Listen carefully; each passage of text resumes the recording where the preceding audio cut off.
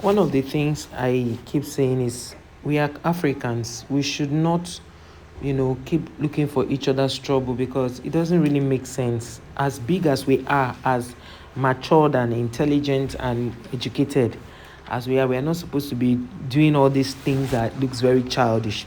Now, a South African woman who made a video talking about while they called her Jelofina, meaning that she married to a Nigerian while her husband is Jollof Rice. They called him Jollof Rice and called the lady Jelofina because she's a wife to a Nigerian.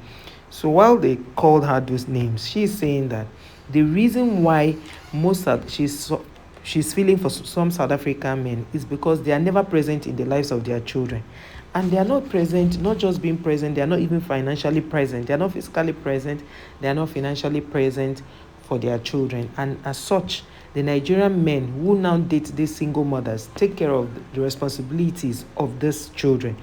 Whether it is they met them with 4 children, they take care of it. Whether they met them with 2 children, they take care of all these children. Now they are saying that the Nigerian they are with the Nigerian men because of the financial implication of this whole stuff, because the Nigerian men take care of them very well and take care of their children, send them to school, do all the basic things, the necessities of life. Now the question is, like the lady said, she asked the same question: what if the South African government decide to do DNA for this every household? They will discover that most of the children that they are seeing as South Africans are actually owned by Nigerians or other foreigners. They are not even owned by the South African men, the younger children. But the other children could be because the South African men, once they impregnate the woman, they run away. Once the woman opens her mouth to say she is pregnant, you no longer see them. It becomes a very, very bad, sight. They turn out to be angry and all of that, which is really bad. So it's a whole lot that happens. They don't care. Nothing, bothers them. They don't even have anything that should concern them. But when every time there is a problem, they will say, the foreigners are the cause. Nigerians are the reason why all these things are happening. They should go back to their country. Zimbabweans should go back to their country. But at the end of the day, if Nigerians decide now to leave, all Nigerians leave, your children that these Nigerians are helping to take care of, they will no longer have a father figure in their lives. So Nigerians are actually even doing you a favor being in your country. Nigerians are doing you a favor being in your country. So you should treat them with so much respect. You should treat them with so much respect. There's no point, with all this back and forth. You're talking about the education of those children. The Nigerian fathers are the ones taking care of these children's education. You talk about hospital bills, they are the ones taking care of the bills. Every bill, they are the ones taking care of it. So why should you go to the point where you feel that every little thing that happens, Nigerians are the problem? It doesn't make sense. It does not make sense. Yes, I don't blame you guys. I truly blame our government who have decided to bring up policies that do not ever benefit the common man. And as such, most people keep feeling that going to South Africa will help them have, maybe they are going there for greener pastures. At the end of the day, they will still see that being in Nigeria is even better than them going to South Africa. And some of you will say, Nigerians don't respect you. Nigerians don't have respect, that they don't respect your laws. They don't do this. And the question is, do you respect your laws? Do you respect your laws? Look at what happened in this community in your country where 17 people were unalived. 17 good people were unalived. If this thing had happened in Nigeria, the story would have changed totally. We wouldn't have been able to understand exactly what happened. The story would have changed. So the best thing for you to do is try to coexist with people who live in your country. It is a very bad thing to be a host. A host in the sense that Nigerians are in your country because you are their host. And then you treat them so badly. It shows that visitors cannot even pay you a visit. They can't come to your house. That's what it means. And it's actually a very sad thing. It's actually a very sad thing to say that in your own country, You don't welcome visitors. You don't even respect them. You say, okay, the query should leave. You call, I don't know who you are even calling the query because I don't want to believe that it's Nigerians that are the query. Every time you complain that the jobs you are supposed to do, Nigerians and Zimbabweans are doing it. What have you been doing? What is your own? You don't even, all you do is to go sit down and drink. All you do is sit down and drink. And that is why the Nigerian wives, the South African women who are married to Nigerian men are coming out to speak up, to say, stop all this. Stop all this. Like one even said, she said she's not trying to say all of this for you to like Nigerians. She's just trying to tell you people the truth.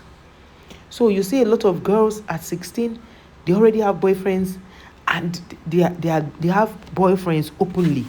And you see them with their very, very short mini skirts. The shoe is just mini. You see them up and down, without care, without direction, nothing. They are moving because they don't have.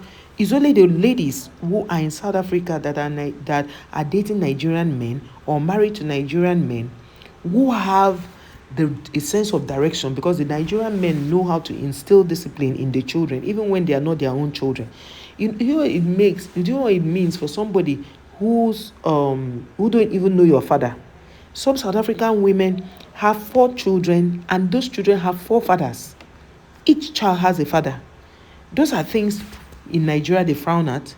But you see, Nigerian men, once they love a woman, they go all out to begin to take responsibility of the woman, her children, her father, her mother, her siblings. That is how caring Nigerian men are. And that is why a few hours ago, I had a conversation with somebody.